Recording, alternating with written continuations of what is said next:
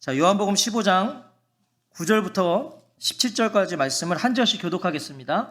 제가 먼저 9절을 읽겠습니다. 아버지께서 나를 사랑하신 것 같이 나도 너희를 사랑하였으니 나의 사랑 안에 거하라. 내가 아버지의 계명을 지켜 그의 사랑 안에 거하는 것 같이 너희도 내 계명을 지키면 내 사랑 안에 거하리라. 내가 이것을 너희에게 이름은 내 기쁨이 너희 안에 있어 너희 기쁨을 충만하게 하려 함이라. 내 계명은 곧 내가 너희를 사랑한 것 같이 너희도 서로 사랑하라 하는 이것이니라.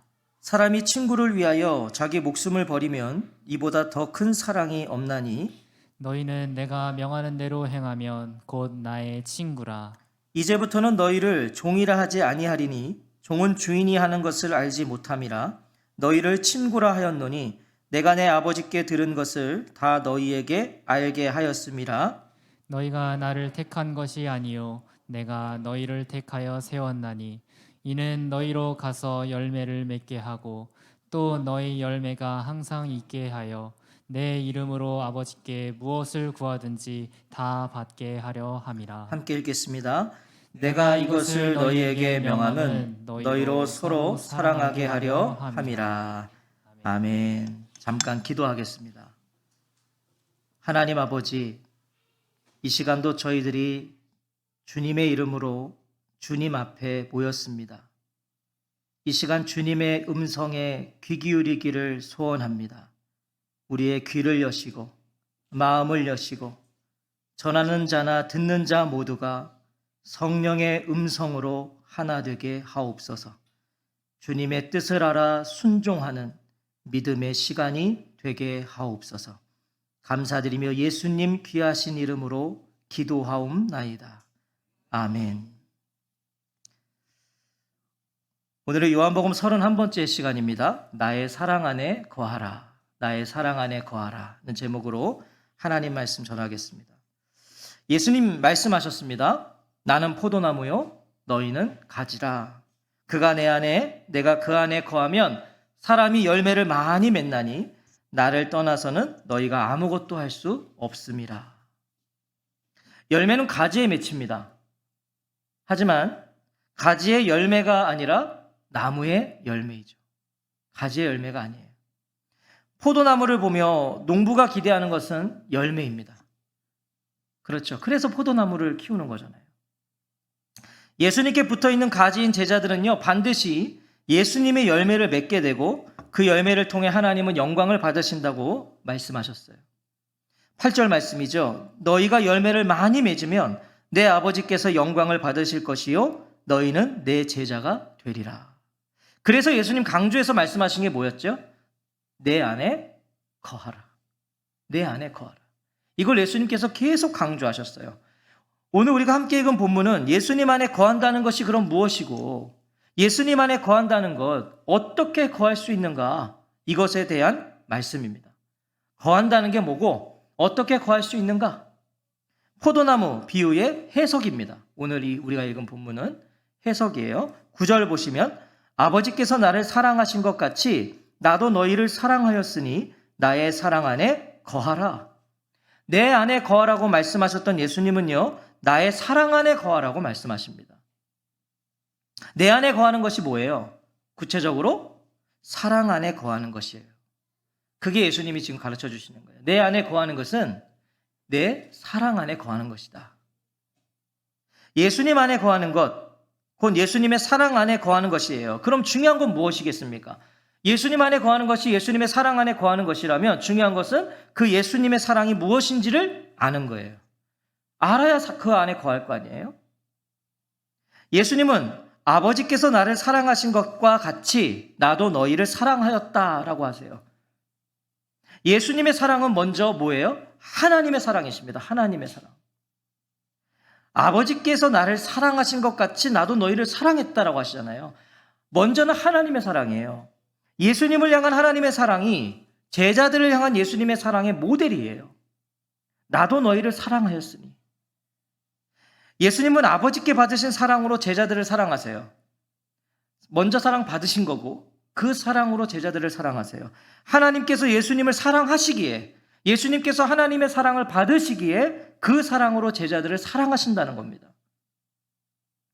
예수님께서 하나님의 사랑을 받으신 것처럼 제자들도 예수님의 사랑을 받습니다. 엄청난 사랑이에요. 예수님이 하나님의 사랑을 받은 것처럼 제자들을 사랑하신다. 엄청난 사랑이에요. 이게 사실은 우리가 이해하고 인지하는 그 사랑에 넘어서는 거예요. 우리가 사실 모를 수밖에 없는 거예요. 하나님의 사랑을 우리가 어떻게 다 알겠어요? 예수님을 향하신 하나님의 사랑을 우리가 어떻게 알겠어요? 근데 예수님은요, 그 사랑으로 제자들 사랑하신대요. 예수님은 바로 그 사랑, 내가 소유하고 있는 그 사랑 안에 거하라고 그러세요. 예수님이 소유하고 있는 그 사랑. 예수님께서 소유하고 계신 아버지의 사랑 안에 거해라. 예수님은요, 자신을 향한 아버지의 사랑을 근거로, 그 근거로 제자들을 사랑하신다는 거잖아요. 근거가 뚜렷한 거예요. 아버지의 사랑이 근거예요. 그 사랑으로 사랑한다. 사랑할 이유와 근거가 제자들에게 있지 않아요. 하나님께 있는 거예요. 우리를 사랑하시는 근거가 우리에게 없어요. 그래서 이 사랑은 무한한 사랑이고요. 또한 영원한 사랑이고 무조건 사랑이에요. 아버지의 사랑이니까. 그럼 중요한 것은요, 어떻게 그 사랑 안에 거하는가예요. 그럼 어떻게 그 사랑 안에 우리가 거할 것인가? 10절 말씀을 같이 한번 읽어볼까요? 10절 말씀입니다. 시작. 내가 아버지의 계명을 지켜 그의 사랑 안에 거하는 것 같이 너희도 내 계명을 지키면 내 사랑 안에 거하리라. 어떻게 예수님의 사랑 안에 거합니까? 너희도 내 계명을 지키면. 다 가르쳐 주신 거예요, 방법을. 어떻게 예수님의 사랑 안에 거하는가? 너희도 내 계명을 지키면. 예수님의 계명을 지킴으로 예수님의 사랑 안에 거합니다. 예수님의 사랑 안에 거하는 방법은 그래서 뭐예요? 순종입니다. 순종. 예수님도요, 동일한 방식으로 하나님의 사랑 안에 거하세요. 동일한 방식으로. 내가 아버지의 계명을 지켜 그의 사랑 안에 거하는 것 같이 아버지의 계명을 지킴으로 아버지 사랑 안에 거하신다고 하세요. 자신도. 요한복음에서는요, 여러 곳에서 이것을 증언해요. 요한복음 10장 18절에 보면 이를 내게서 빼앗는 자가 있는 것이 아니라 내가 스스로 버리노라. 나는 버릴 권세도 있고 다시 얻을 권세도 있으니 이 계명은 내 아버지에게서 받았노라. 받으신 계명대로 하신다는 거예요, 지금. 요한복음 12장 49절과 50절에서도 내가 내 자의로 말한 것이 아니요 나를 보내신 아버지께서 내가 말할 것과 이를 것을 친히 명령하여 주셨으니 나는 그의 명령이 영생인 줄 아노라. 그러므로 내가 이르는 것은 내 아버지께서 내게 말씀하신 그대로니라. 말씀하신 그대로 하신다는 거예요. 요한복음 14장 31절에서도 오직 내가 아버지를 사랑하는 것과 아버지께서 명하신 대로 행하는 것을 세상에 알게 하려 함이로다. 일어나라 여기를 떠나자 하시니라. 내가 아버지를 사랑하는 것과 아버지께서 명하신 대로 행하는 것, 이걸 알려주는 것이다. 무엇입니까? 순종과 사랑은요, 늘 함께해요. 여러분, 순종 따로 사랑 따로 있을 수가 없어요. 순종과 사랑은 함께해요. 사랑은 순종을 불러오고요, 순종은 사랑을 드러내요. 우리가 부모님을 사랑하고 공경하고 섬기는 건 순종으로 드러날 거예요. 자식이 맨날 엄마한테 엄마 나 엄마를 사랑해요. 난 엄마가 너무 좋아요. 근데 엄마가 뭐 시킬 때마다 안 해. 사랑이 아니에요. 사랑은 순종을 낳는다니까요. 순종함으로 그 사랑이 드러나는 거예요. 예수님은요, 아버지에 대한 자신의 완전한 순종을 지금 사랑의 모델로 제시하고 계신 거예요. 예수님이 먼저 순종하시는 거예요, 하나님께. 그리고 이게 사랑이다 말씀해 주시는 거죠. 예수님의 사랑 안에 거하는 삶은요, 일상에서 예수님의 계명을 적극적으로 지켜나가는 생활을 통해 이루어지는 거예요. 일상에서. 적극적으로 예수님의 계명에 순종하는 거예요. 그것으로 우리가 예수님의 사랑 안에 거하는 거예요. 예수님의 사랑 안에 거하는 삶, 예수님의 계명을 지키는 삶, 너무나 좋은 삶이죠. 이것을 반대하실 분 있으신가요? 예수님의 사랑 안에 거하는 삶, 예수님의 계명을 지키는 삶, 저는 그런 삶이 싫습니다. 이런 사람 없을 거예요. 적어도 이 시간 이 예배 자리에 나와 계시는 우리 모두는 그러한 삶을 원하고 바라고 기도할 거예요. 예수님의 사랑 안에 거하는 삶.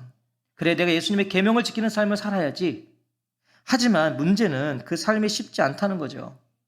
만만치가 않아요. 어려워요. 때로는 벅차요. 계명을 따르는 삶, 예수님의 사랑 안에 거하는 삶, 벅찬다고요. 벅차요.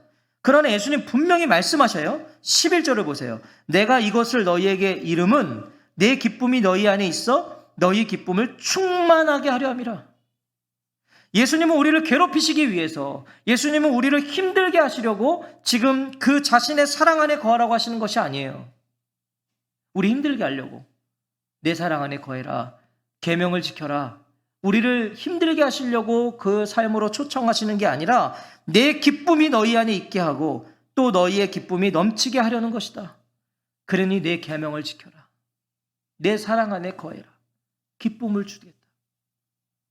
우리를요, 세상에 줄 수도 없고 세상에 알 수도 없는 기쁨으로 충만하게 하시기 위해서, 예수님께로부터 오는 기쁨을 우리에게 주시기 위해서 사랑 안에 거하고 계명을 지키라고 하시는 거예요. 기쁨을 주시기 위해서. 순종은 부담이 커요. 순종이 쉽다고 말하지 마세요. 순종이 만약에 쉬우면 그거 순종 아니에요. 순종은 어려운 거예요. 힘든 거예요. 오늘 순종이 너무 쉬워요. 그거는 어쩌면 순종이 아니라 내가 하고 싶은 걸 하고 있는 거예요. 순종은 어려운 겁니다. 부담이 큽니다. 하지만 부담이 크지만 그것이 진정한 기쁨에 이르는 통로라는 걸 기억하세요.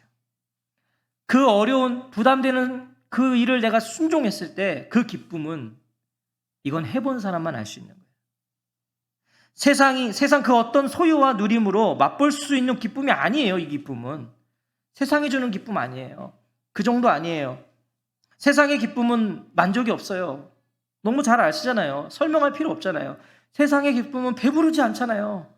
오늘은 기쁜데 내일은 그 기쁨이 없어요. 왜요? 더 좋은 걸 얻어야 돼요. 그 다음부터.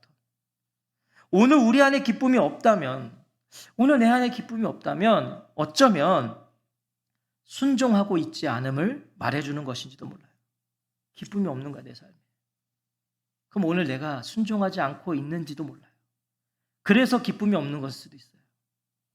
우리는 예수님께서 말씀하시는 이 기쁨이 무엇인지를 지난 수요일에 사도들을 통해 보았어요. 우리가 수요일마다 사도행전을 나누고 있지만 지난주 수요일에 보면 우리 이 기쁨이 뭔지를 알아요. 사도행전 5장 41절에 보면 사도들은 그 이름을 위하여 능욕받는 일에 합당한 자로 여기심을 기뻐하면서 공의 앞을 떠나니라. 여러분, 이게 세상에 줄 수 있는 기쁨이 아니에요. 사도들의 기쁨이 오늘 계명을 지킴으로 예수님의 사랑 안에 거함으로 누리는 기쁨이었다고요. 사도들은 능욕을 기뻐해요. 아니, 제정신인데 능욕을 기뻐할 사람이 어디 있어요? 능욕을 받았는데 기뻐해요. 매맞음을 기뻐해요. 옥의 갇힘도 기뻐해요. 왜? 예수님 안에 있기에. 예수님의 사랑 안에 거하기에. 그분의 계명을 지킴으로 주어지는 능욕이기에 기뻐합니다. 세상은 우리를 옥에 가둘 수는 있어요. 그러나 우리가 그리스도 안에 있음을 빼낼 수는 없어요. 사도들은 그래서 기쁜 거예요. 자신들이 비록 옥에 갇혀 있지만 자신들은 그리스도 안에 갇혀 있거든요. 기뻐할 수 있는 거예요. 매 맞아도 이게 지금 왜 맞는 거예요? 사도들은 그리스도 때문에 맞는 거예요. 그 기쁜 거예요. 그리스도인은, 성도는 그래서요, 기쁨의 사람이에요. 우리는 사실 기쁨의 사람입니다. 무슨 말? 우리에게는요, 예수님은 우리에게 기쁨 주시기를 원하시니까. 우리가 원하는 기쁨 정도 주시는 게 아닙니다. 우리가 원하는 기쁨 주시는 게 우리 주님이 아니에요. 우리 주님은요, 상황과 환경과 처지와 상태에 관계없이 예수님으로 기뻐하는 그 기쁨 주고자 하시는 거예요. 이 기쁨을 다 누리시기를 축복합니다. 이거는 나의 상황과 상관없는 기쁨이에요. 누가 봐도 상황은 최악의 조건인데 그 사람 기쁜 거예요. 이 안에서 기쁨이 터져 나오는 거예요. 이 기쁨. 저와 성도님들 모두가 계명을 지킴으로 예수님의 사랑 안에 거하는 이 기쁨을 맛보아 하는 인생들이 되시기를 다시 한번 주의 이름으로 축복합니다. 그러면 예수님께서 자신의 사랑 안에 거하는 그 기쁨을 주시기 위해 순종을 명령하시는 계명은 뭐냐는 거예요. 그 계명을 알아야 되잖아요. 그 계명대로 순종해야 기쁨을 주시겠다는 거잖아요. 그럼 계명이 무엇일까? 12절 같이 한번 읽어볼까요? 12절 말씀이에요. 시작. 내 계명은 곧 내가 너희를 사랑한 것 같이 너희도 서로 사랑하라 하는 이것이니라. 오늘 이 계명을 마음판에 새기세요. 내 계명은 이것이다. 내가 너희를 사랑한 것 같이 너희도 서로 사랑하여라. 서로 사랑. 이것이 예수님의 계명이에요. 분명한 전제를 하나 달고 계세요. 그냥 서로 사랑 아니에요. 전제가 하나 달려 있어요. 내가 너희를 사랑한 것 같이. 제자들에 대한 예수님의 사랑, 우리를 향한 예수님의 사랑이 사랑의 본복이라고요. 예수님의 사랑 받으셨습니까? 오늘 저와 성도님들 예수님의 사랑 받으셨어요? 오늘 예수님의 사랑 받고 계신가요? 그거 고백하세요? 나 예수님의 사랑 받고 있다. 오늘 고백하고 계십니까? 고백한다면, 인정한다면 그 사랑은 반드시 서로 사랑으로 발전합니다. 자, 이건 진리입니다. 예수님의 사랑을 내가 받고 있고 그것을 고백한다면 그것은 반드시 서로 사랑으로 발전한다고요. 그렇게 되고야 말아요. 아니, 그렇게 되어야만 합니다. 왜? 왜요?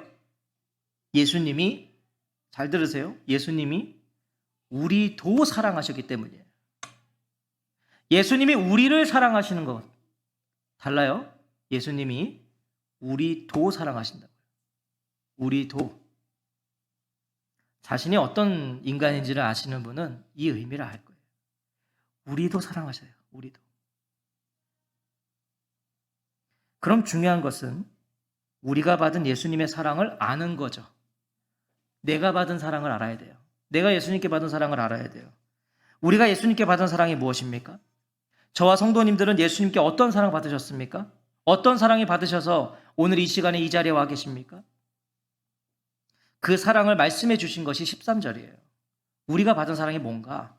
그 사랑이 뭔지를 말씀해 주시는 게 13절이에요. 13절. 사람이 친구를 위하여 자기 목숨을 버리면 이보다 더 큰 사랑이 없나니. 자, 이 말씀은 신약 성경에서요 가장 극적인 말씀 가운데 하나예요.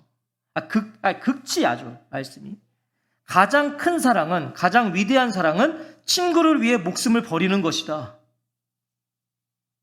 무엇입니까? 서로 사랑의 의미는 서로를 위해 목숨을 버리는 것이다.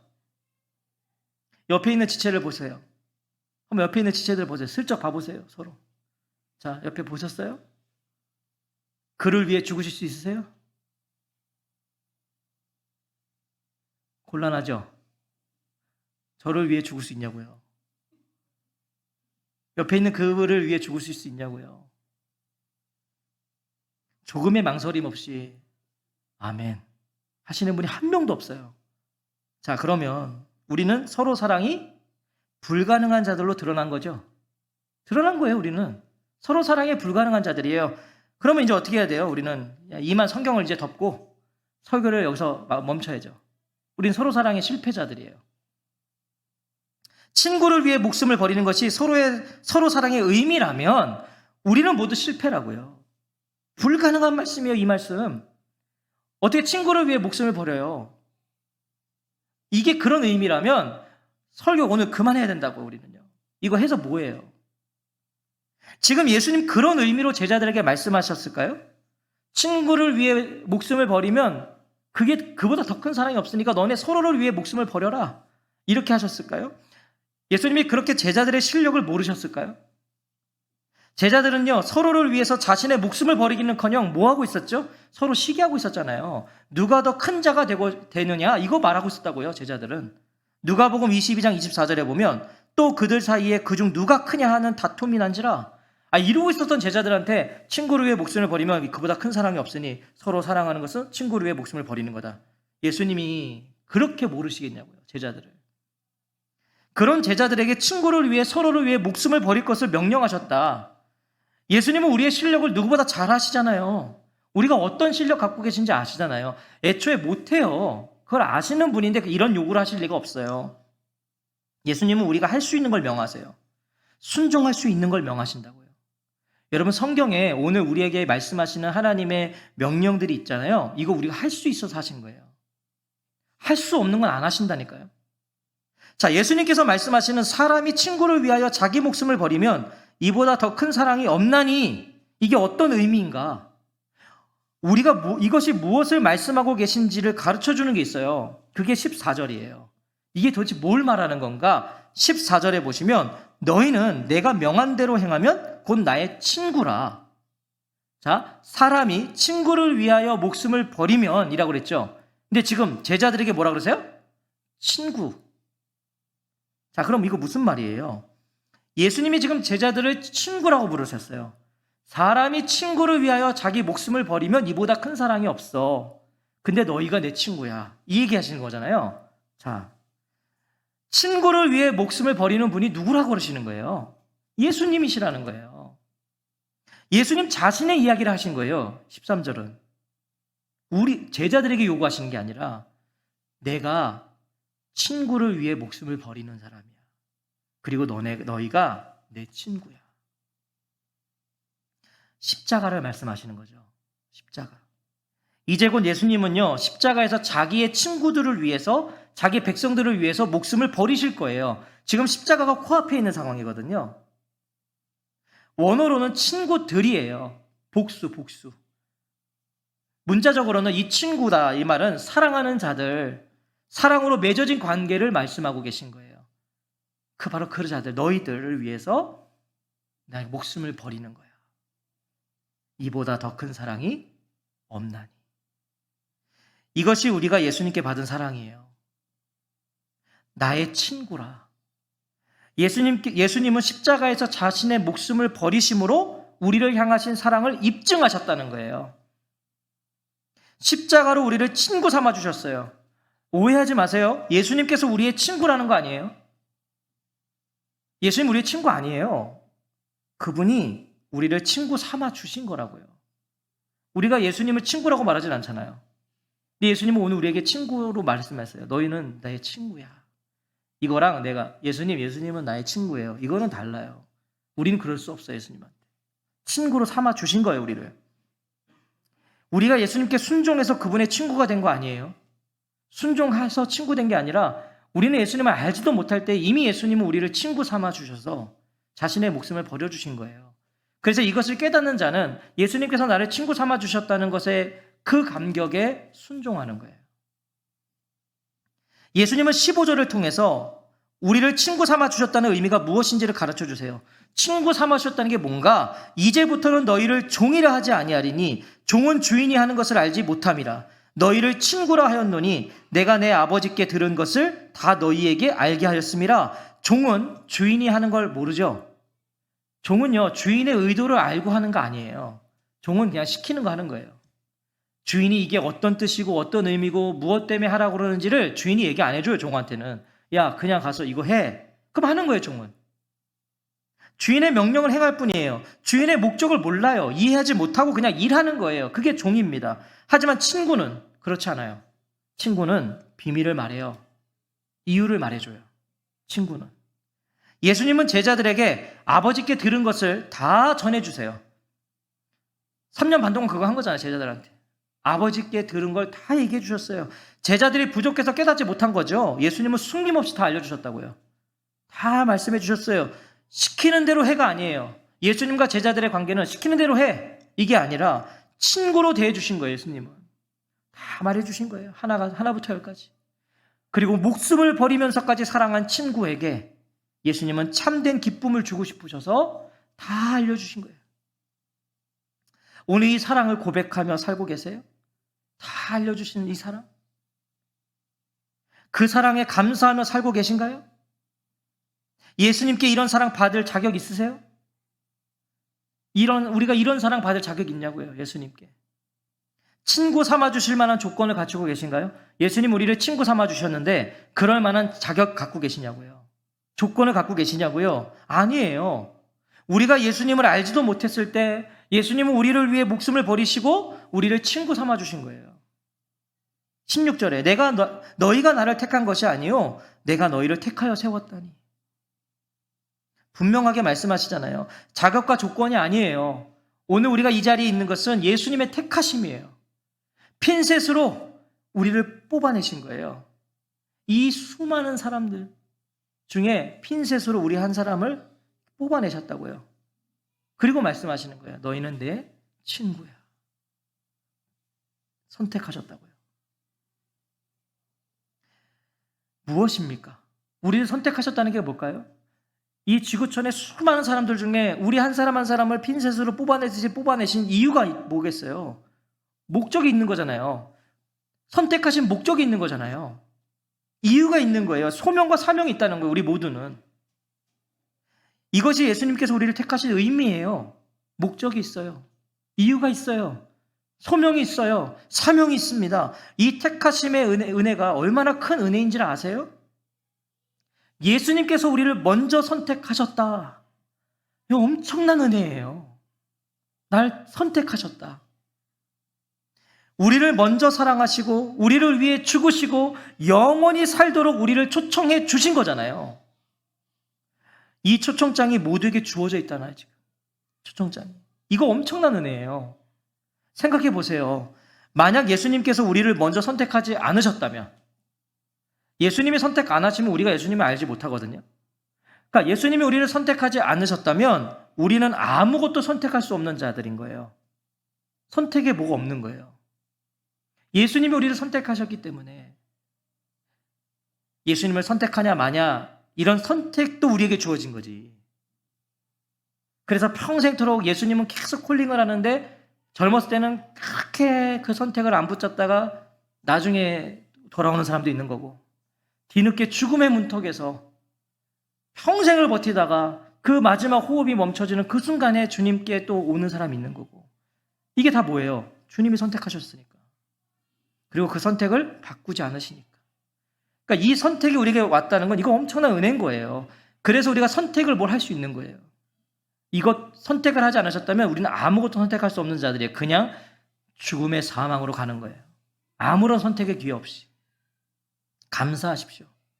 그저 감사하십시오. 우리를 선택해 주셨다는 거예요. 예수님은 우리로 열매를 맺으시려고 우리를 택하셨다고 말씀하세요. 열매를 맺으시려고 택하셨다. 16절에 너희가 나를 택한 것이 아니요 내가 너희를 택하여 세웠나니 이는 너희로 가서 열매를 맺게 하고 또 너희 열매가 항상 있게 하여 내 이름으로 아버지께 무엇을 구하든지 다 받게 하려 함이라. 자, 열매를 맺는 것이 예수님께서 부르시고 택하신 목적이에요. 열매를 맺는 것. 너희로 가서. 자, 이거 성경은 우리가 이런 것들을 잘 캐치해야 돼요. 택하신 목적은 뭐예요? 너희로 가서. 택하신 목적은 보내시기 위함이에요. 보내시려고 택하셨대요. 우리를 보내시려고. 어디로? 세상으로. 우리 각자의 삶의 자리로 우리를 보내시기 위해 택하셨어요. 그러니까 이것은 선교적 의미죠. 예수님이 우리를 택하신 이유는 선교적 의미예요. 우리는 그래서 그런 면에서는 전부 다 우리는 다 선교사예요. 보내시려고. 어디로? 우리의 삶의 그 자리로. 각자의 자리로. 예수님께서 나의 사랑 안에 거하라고 하신 이유가 뭘까요? 참된 기쁨을 주시기 위함이죠. 참된 기쁨을 주시려고 우리를 사랑 안에 거하라고 그러시는 거잖아요. 자, 그럼 선교는 뭘까요? 선교가 뭐예요? 각자의 그 자리에서 참된 기쁨을 드러내는 것 아닐까요? 우리가 예수님의 사랑 안에 거함으로 느끼는 이 기쁨을 너희로 가서 그 자리에서 이 기쁨을 드러내는 것. 이게 선교예요. 이게 전도예요. 우리 선교사님들이 왜 가요? 그 기쁨을 전하려고 가는 거잖아요. 똑같은 거예요. 세상이 알 수도 줄 수도 없는 그 기쁨을 드러내는 것이 선교요, 전도 아니겠습니까? 그 기쁨, 나만 갖는 이 기쁨 말고 이 기쁨 전하는 거죠. 우리에게 주어진 소명입니다. 사명이에요. 자, 그럼 우리가 맺어야 될 열매는 무엇이겠습니까? 우리가 맺어야 될 열매. 17절에 내가 이것을 너희에게 명함은 너희로 서로 사랑하게 하려 함이라. 이게 우리가 맺어야 될 열매예요. 결론은 사랑이에요. 결국은 사랑이에요. 서로 사랑이에요. 이것이 포도나무이신 예수님께서 가지인 제자들에게 바라시는 열매입니다. 이 열매를 바라시는 거예요. 사랑, 서로 사랑. 내 계명은 곧 내가 너희를 사랑한 것 같이 너희도 서로 사랑하라는 이것이다. 사랑은 그리스도인의 배지예요. 우리가 여기에 배지를 하나씩 단다면 그건 사랑이에요. 그래서 누군가 그리스도인을 보면 사랑이 떠올라야 돼요. 사랑은 절대적인 명령이에요. 사랑은 순종을 낳고 순종은 기쁨을 낳아요. 예수님 안에 거하는 사람에게 진정한 기쁨이 주어집니다. 예수님 안에 사랑 안에 거하는 사람에게 진정한 기쁨이 있습니다. 예수님의 계명을 지키는 사람에게 넘치는 기쁨이 있다는 거예요. 우리가 놓쳐서는 안 되는 것이 있어요. 이 계명은요, 제자들에게 주신 말씀이에요. 지금 제자들. 자, 제자들한테 서로 사랑하라고 그러셨어요. 그럼 이거 뭐예요? 제자들 서로 사랑을 말하는 거예요. 우리가 세상을 사랑해야 되죠. 섬겨야 되죠. 근데 여기는 그거 아니에요. 이거는 더 1차적으로 제자, 오늘 우리 교회, 이 교회 공동체 너희 서로 사랑하라. 이게 계명이라는 거예요, 지금. 서로 사랑은 그런 면에서 교회의 사명이에요. 사명. 서로 사랑은 교회의 생명이에요. 서로 사랑이 없으면 교회는 생명을 잃은 겁니다. 교회의 교회됨은 서로 사랑으로만 증명돼요. 이렇게 모였다고 교회가 아니라 서로 사랑해야 돼요. 사랑 공동체가 우리의 택하심이고 부르심이에요.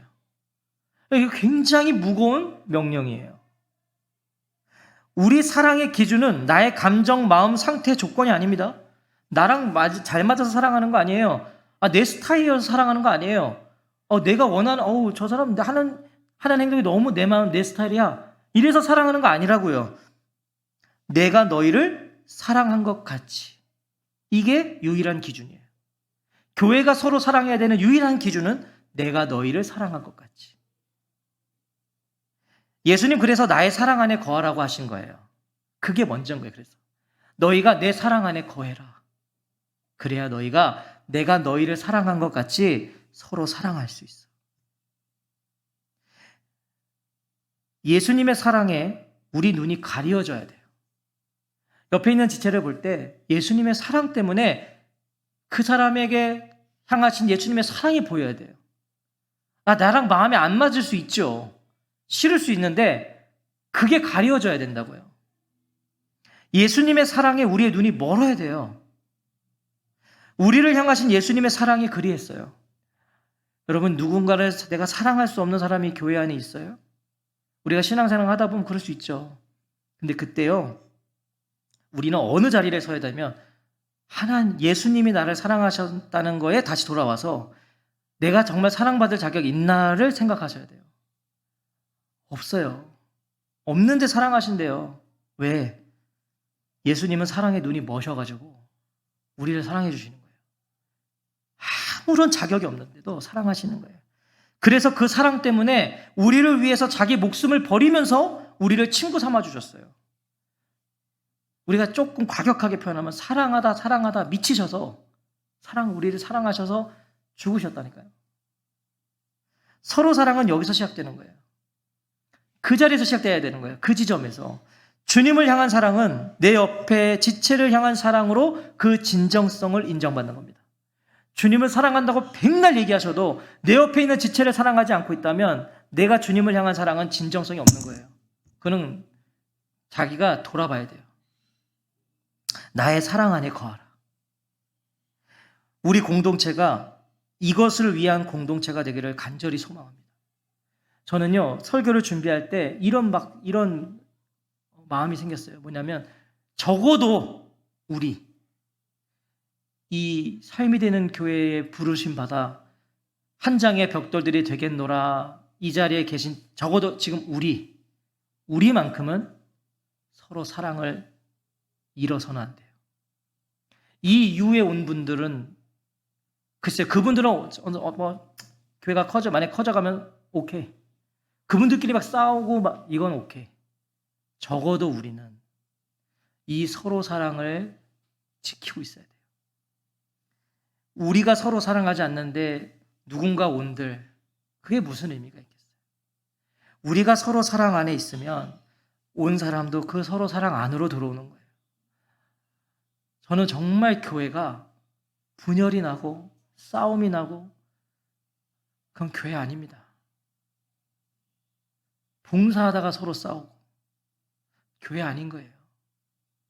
명심하셔야 돼요. 그건 교회 아니에요. 서로 사랑이라는 이 계명이 주렁주렁 맺어지는, 그게 우리의 열매여야 되는 거예요. 하나님이 삶이 되는 교회에 다른 걸 요구하시는 거 아니에요. 이 사랑의 열매 있냐를 보시는 거예요.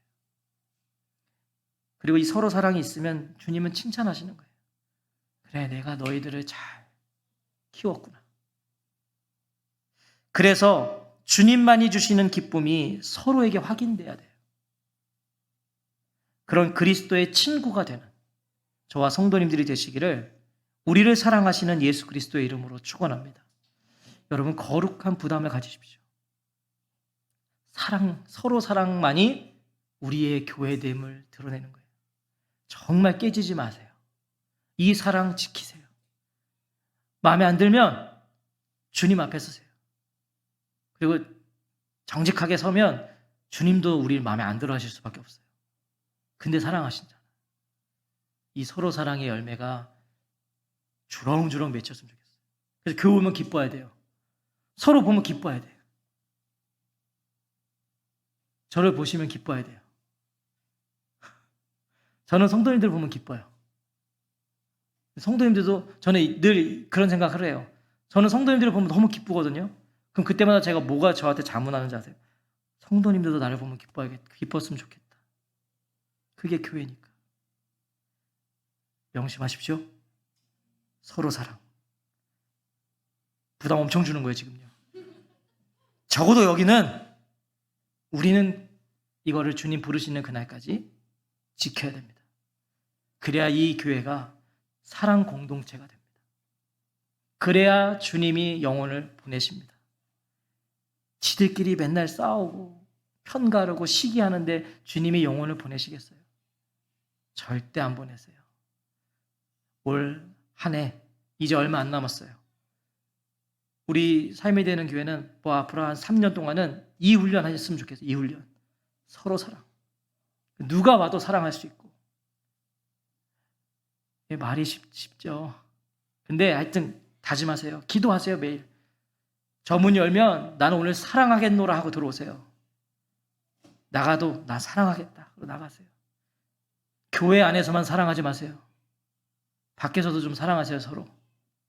교회 와서만 보고 싶었어요. 일주일 내내 연락 한 번도 안 하다가 교회 오면은 그렇게 사랑해. 그건 서로 사랑이 아니에요. 노력하시고 서로를 위해서 기도하시고, 그래서 분명 우리 주님이 맺으시기 원하시는 그 열매 마음껏 맺으시는 우리가 되기를 소원합니다. 아멘. 기도하겠습니다.